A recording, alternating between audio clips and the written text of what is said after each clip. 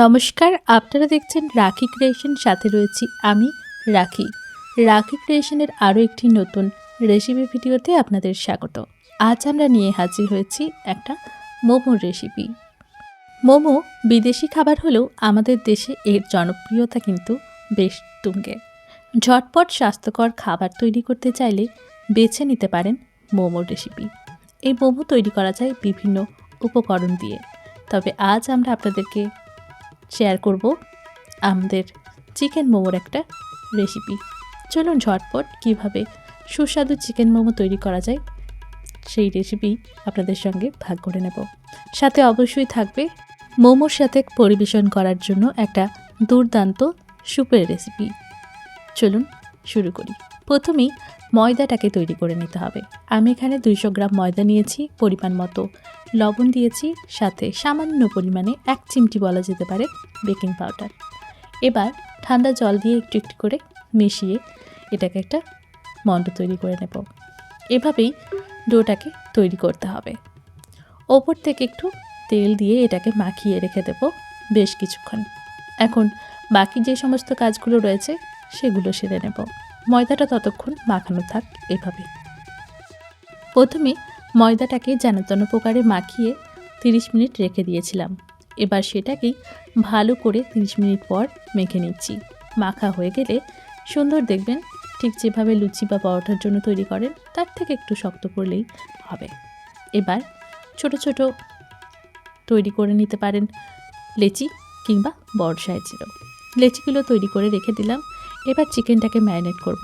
দিলাম চিকেন কিমা, গোলমরিচ গুঁড়ো, সয়া সস, আর দিলাম অর্ধেকটা পাতিলেবুর রস।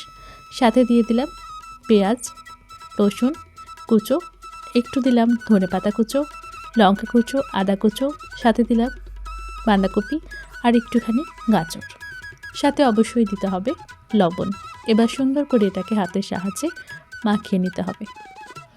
এর মধ্যে চাইলে আমরা একটু পেঁয়াজ শাকের পাতাও কিন্তু ব্যবহার করতে পারি, তাতেও স্বাদটা বেশ ভালো লাগে।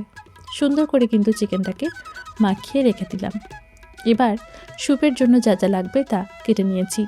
পেঁয়াজ শাকের পাতা, পেঁয়াজ শাকগুলো, বিনস, ধনেপাতার যে ডাটার অংশটা সেটা, বাঁধাকপি, গাজর, টমেটো, আদা কুচো, রসুন কুচো, আর লাগবে একটু চিকেন।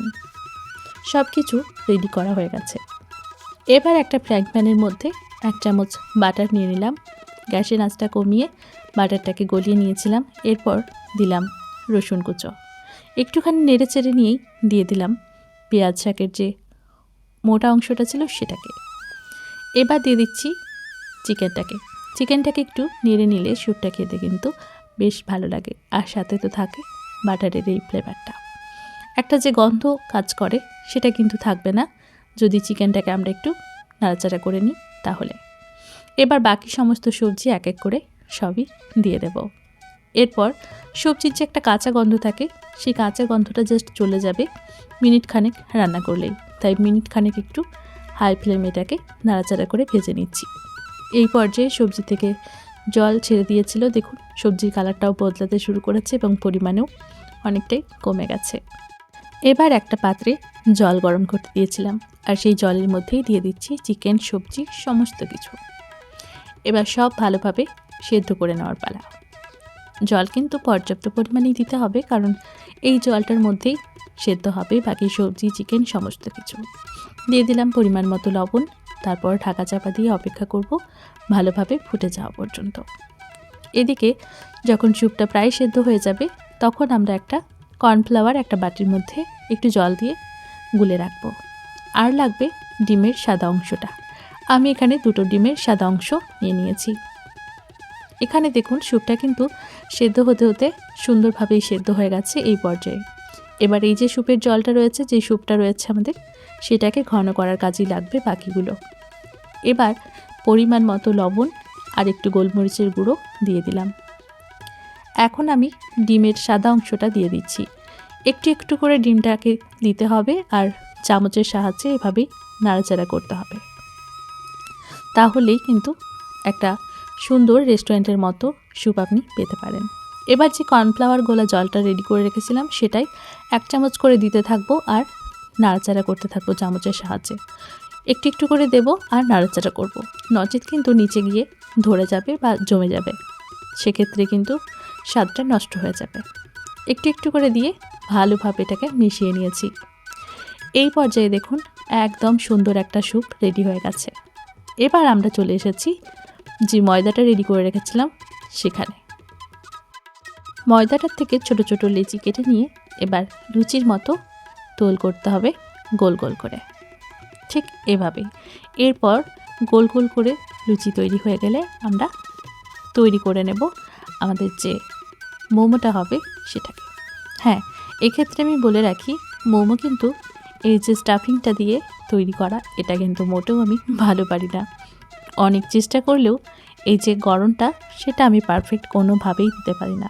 হ্যাঁ, হয়তো চেষ্টা করতে থাকলে পরবর্তীকালে আমি শিখে যাব, তবে এখন মোটেও পারি না। যেমন পেরেছি তেমনই তৈরি করে এটাকে ভাপে দিয়েছিলাম। তারপর দেখুন সেদ্ধ হয়ে গেছে প্রায়। এখন যাতে খাবার জন্য এটা একদম সুস্বাদু হয়ে যায়, তার জন্য আমি এটাকে একটু ফ্রাই করে নিচ্ছি।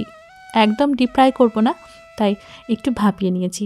যদি আমি ডিপ ফ্রাই করতাম সেক্ষেত্রে কিন্তু একটু কাঁচা অবস্থাতেই আমি ভেজে নিতে পারতাম।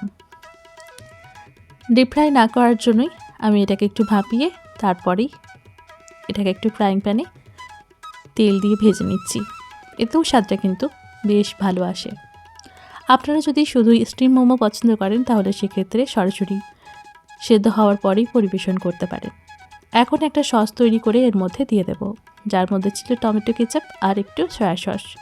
সুন্দর করে গরম করে নিয়ে এখন এটার মধ্যে দিয়ে দিলাম। ব্যাস তৈরি হয়ে গেল। এবার গরম গরম পরিবেশন করুন। প্লেট কখন যে ফাঁকা হয়ে যাবে বুঝতেই পারবেন না। কেমন লাগলো রেসিপিটা কমেন্ট করে জানাবেন। তবে মোমোর গড়ন নিয়ে কোনো কথা কিন্তু আমি শুনবো না।